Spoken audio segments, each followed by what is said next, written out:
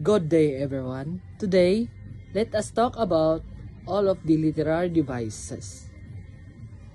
So, what is the meaning of literary device? So, literary device are techniques that writers use to enhance their storytelling, create deeper meaning, and engage readers. These devices contribute to all the overall style, tone, and the effectiveness of a literary work.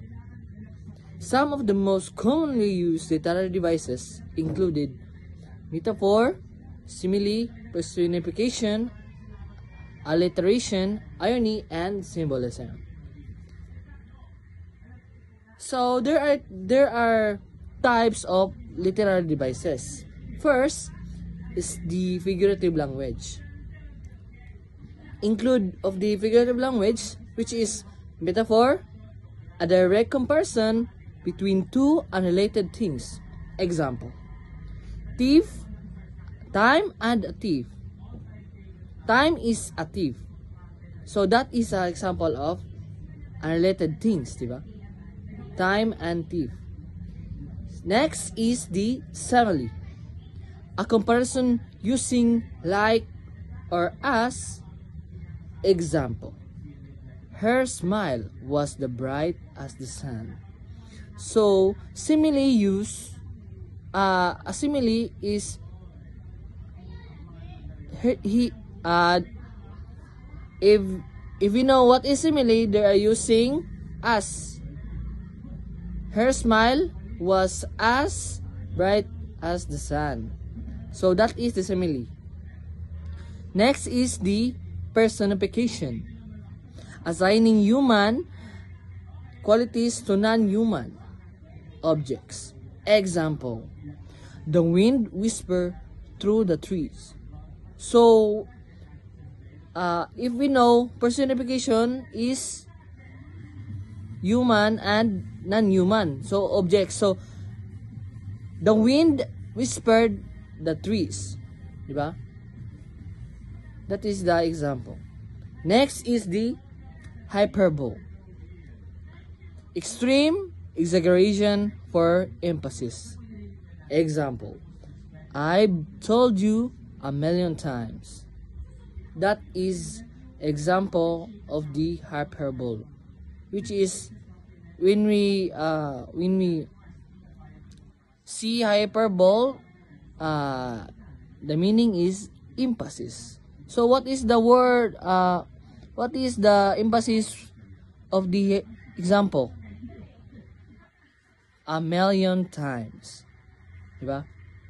So that is the example of the hyperbole. Next, we move to the sound devices. Include the first, alliteration, repetition of consonant sound and at the beginning of the words. Example: she shells and seashells by the seashore.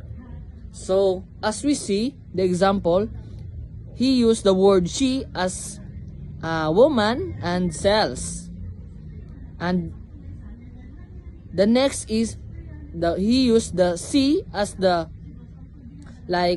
sea is like water, or sea, like a sea, diba? We all know what is sea and shells. So that is the example of the alliteration. So next, assonance, and the second is assonance, repetition of vowel sounds. Example: the rain in the Spain stays mainly in the plain. So as we see, assonance is repetition, no? In the last, in the example, we see the rain, Spain, and plain. So that is the example of the assonance, repetition of vowels. So next is the third one is onomatopoeia. So what is the meaning of that? Words that imitate sound. Example: buzz, bang, z, his, That is the onomatopoeia, the word that imitates sounds. That is his example.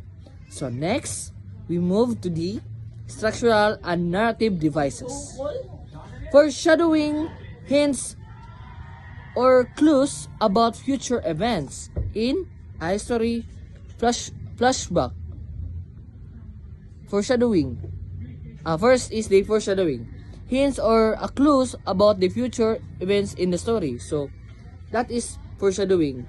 Nasa hints and clues for the future events. Next is the flashback. A scene that takes the reader back in time to provide a background information. So, as we all know that flashback is very familiar for us because flashback is a scene that takes back in time, no? That is the meaning of flashback. The third one is irony. A contrast between expectation and reality, including verbal situation and dramatic irony.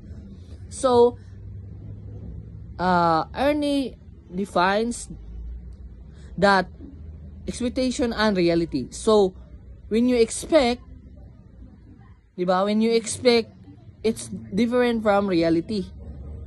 That is the irony. Next is juxtaposition. Placing two contrasting ideas side by side. Example, it was the best of times, it was the worst of times. So, by contrasting mood, no, or contrasting situation. The first one is it was the best of times, and the second is it was the worst of times.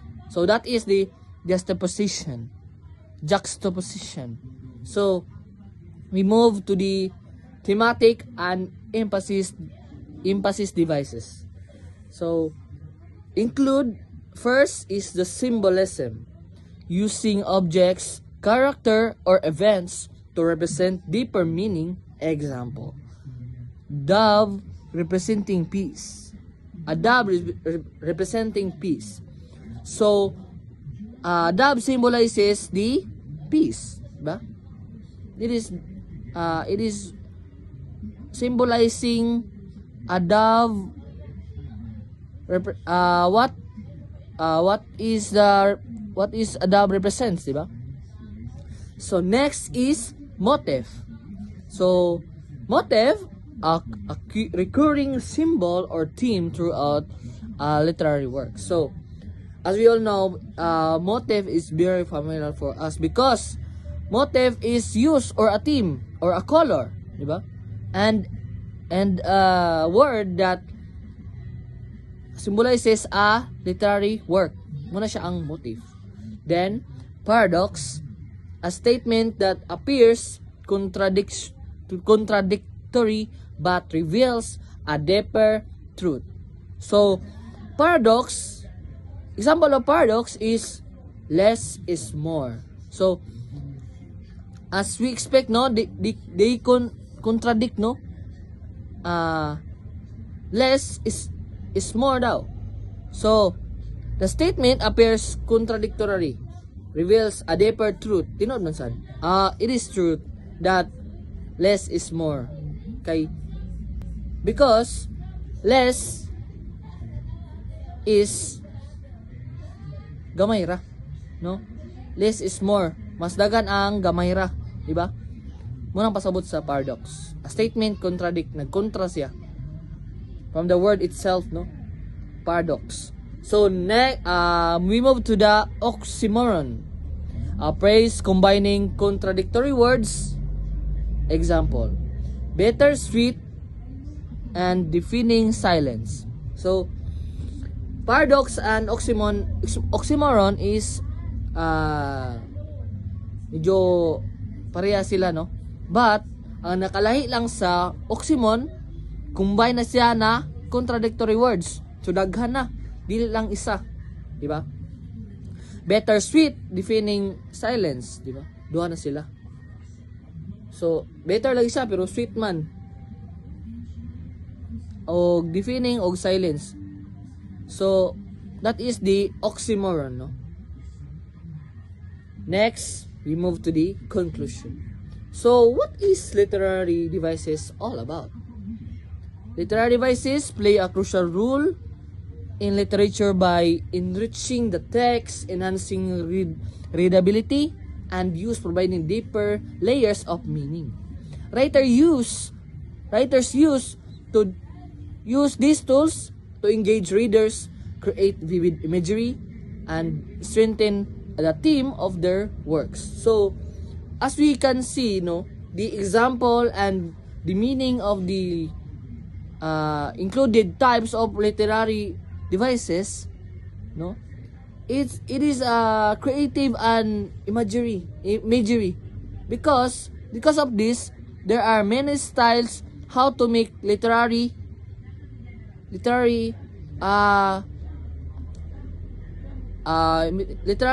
work that give meaningful and deep meaning, diba? So that is the conclusion that literary devices plays a crucial role in literature.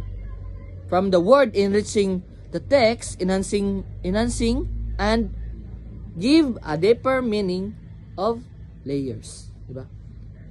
So that's all.